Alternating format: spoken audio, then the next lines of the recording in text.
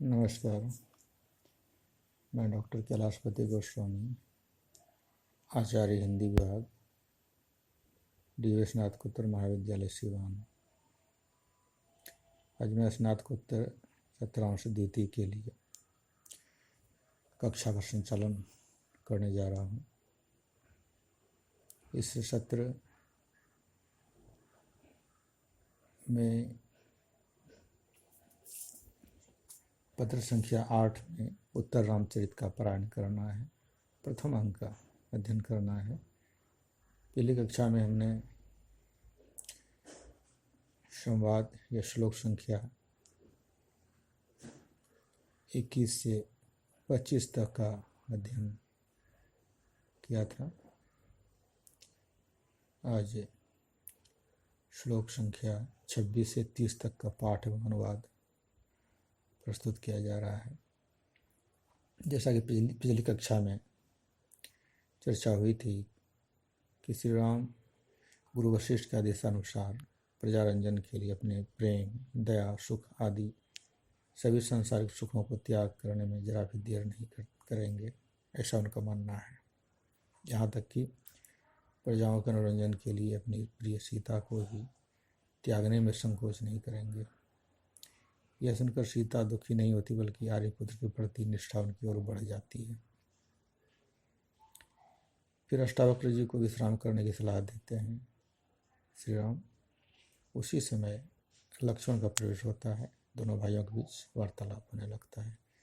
इस 26वीं उक्ति में यह उक्ति है राम के द्वारा, उत्पत्ति परिपूतायाः किमस्याः पावनान्तरः तीर्थोदकं च वहनिश्च नान्यतः शुद्धिमर्हतः देवी देवय जनसंभवे प्रसीद एष ते जीवितावधि प्रवादः। अर्थात राम कहते हैं कि सीता प्रत्याग की परिकल्पना से लक्ष्मण दुखी और क्रोधित होते हैं। इस पर राम सीता को सांत्वना देते हुए कहते हैं कि सीता तो जन्म से ही शुद्ध रूप है, शुद्धतम है। जो जन्म से ही शुद्धतम रूप हो, उसे पवित्रता कारक पदार्थों से क्या प्रयोजन। तीर्थ का जल तथा अग्नि किसी शुद्धि की अपेक्षा नहीं रखती। अतः यज्ञ भूमि से उत्पन्न हे देवी सीते, तो अपने शोक को त्याग दो। अगर मन में कोई इस तरह की शोक वाली बात है तो उसे त्याग दो। यह अपवाद तुम्हारे जीवन पर्यंत रहने वाला है।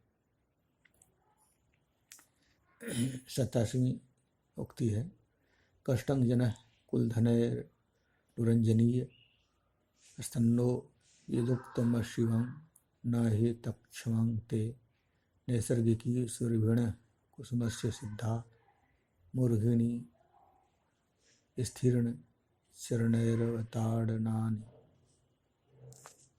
अर्थात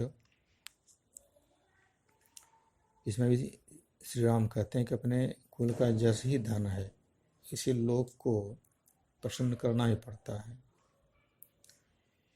अतः इस संदर्भ में निकले हुए कोई भी अशुभ वचन सीता के योग्य नहीं। अगर कोई अशुभ वचन निकल भी जाता है तो सीता के योग्य वह वचन नहीं है। इसलिए कि सुगंधित पुष्प का स्थान सर्वथा सिर पर या सर्वोपरि होता है, उस पर चरणों के प्रहार कभी नहीं किया जा सकता। अगला संवाद है सीता का, होदु उज्जउत होदु एहि पेखा दाव दे चरिदम इत्युत्थाय परिक्रामतः भवतु आर्यपुत्र भवतु एहि प्रेक्षामहे तावत्ते चरितम। अर्थात सीता कहती हैं, यह सीता और लक्ष्मण के बीच संवाद है। सीता कहती है कि ऐसा होता है तो हे आर्यपुत्र होने दीजिए। अब आइए आपके चरित्र को देखें। अर्थात अगर परित्याग की बात होती है तो सीता कहती कि होने, ऐसा होता तो होने दीजिए। ऐसा अब आइए आपके चरित्र को देखें। ऐसा कि अगर दोनों ऊपर उठकर घूमने लगते हैं तभी लक्ष्मण का प्रवेश होता है। लक्ष्मण सीता को चित्र दिखाते हैं। सीता कहती है कि ये दोनों ऊपर सटकर ऐसे खड़े हैं मानो आर्यपुत्र की स्तुति कर रहे हो।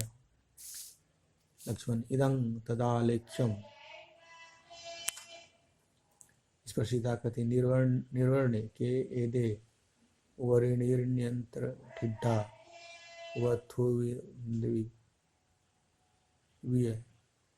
अज उत्तम के एते उपरि निरंतर स्थिता उपस्तुवन्ति वार्यपुत्रम। अर्थात ये दोनों ऊपर सटकर ऐसे खड़े हैं मानो आर्यपुत्र की स्तुति कर रहे हैं। चित्र को देखकर सीता बताती है। 29वां कथन है लक्ष्मण का। देवी एतानि तानि सरहस्यानि जम्बकास्त्राणि यानि भगवतः कृशाश्वात् कौशिक मृषिमुप संक्रांतानि तेन च ताडकावधे प्रसारीकृतान्यार्यस्य। अर्थात लक्ष्मण कहते हैं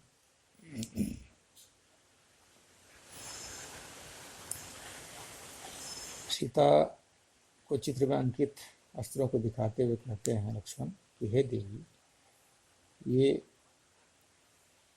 मंत्रों सहित जृंभक अस्त्र हैं जो भगवान कृशाश्व से गुरु विश्वामित्र को प्राप्त हुए और उन्होंने ताड़का का वध करते समय आर्य श्री राम को अनुग्रह पूर्वक प्रदान किए।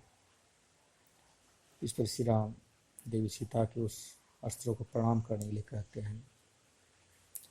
राम वंदस्व देवी दिव्यास्त्राणि, हे देवी इस दिव्यास्त्र को प्रणाम करो, नमस्कार करो, पूजनीय है, यह अस्त्र वंदनीय है, पूजनीय है।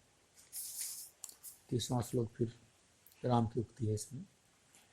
ब्रह्मादेवो ब्रह्महिताय तप्त्वा परः सहस्रा सरस्तपांश एतान्यपश्यन् गुरुवः पुराणः स्वान्येव तेजांसि तपोमयानि। अर्थात इसमें राम का कथन है कि ब्रह्मा आदि प्राचीन गुरुओं ने वेद और धर्म के हित के लिए सहस्त्र से अधिक वर्षों तक तपस्या करके अपने ही तपः समुद्भूत तेजों के रूप में इन अस्त्रों अर्थात जृंभकास्त्रों को देखा। इस तरह अस्त्रों के बारे में सीता को बता रहे हैं भगवान श्री राम, अस्त्र की चर्चा कर रहे हैं, उनकी विशेषता बता रहे हैं।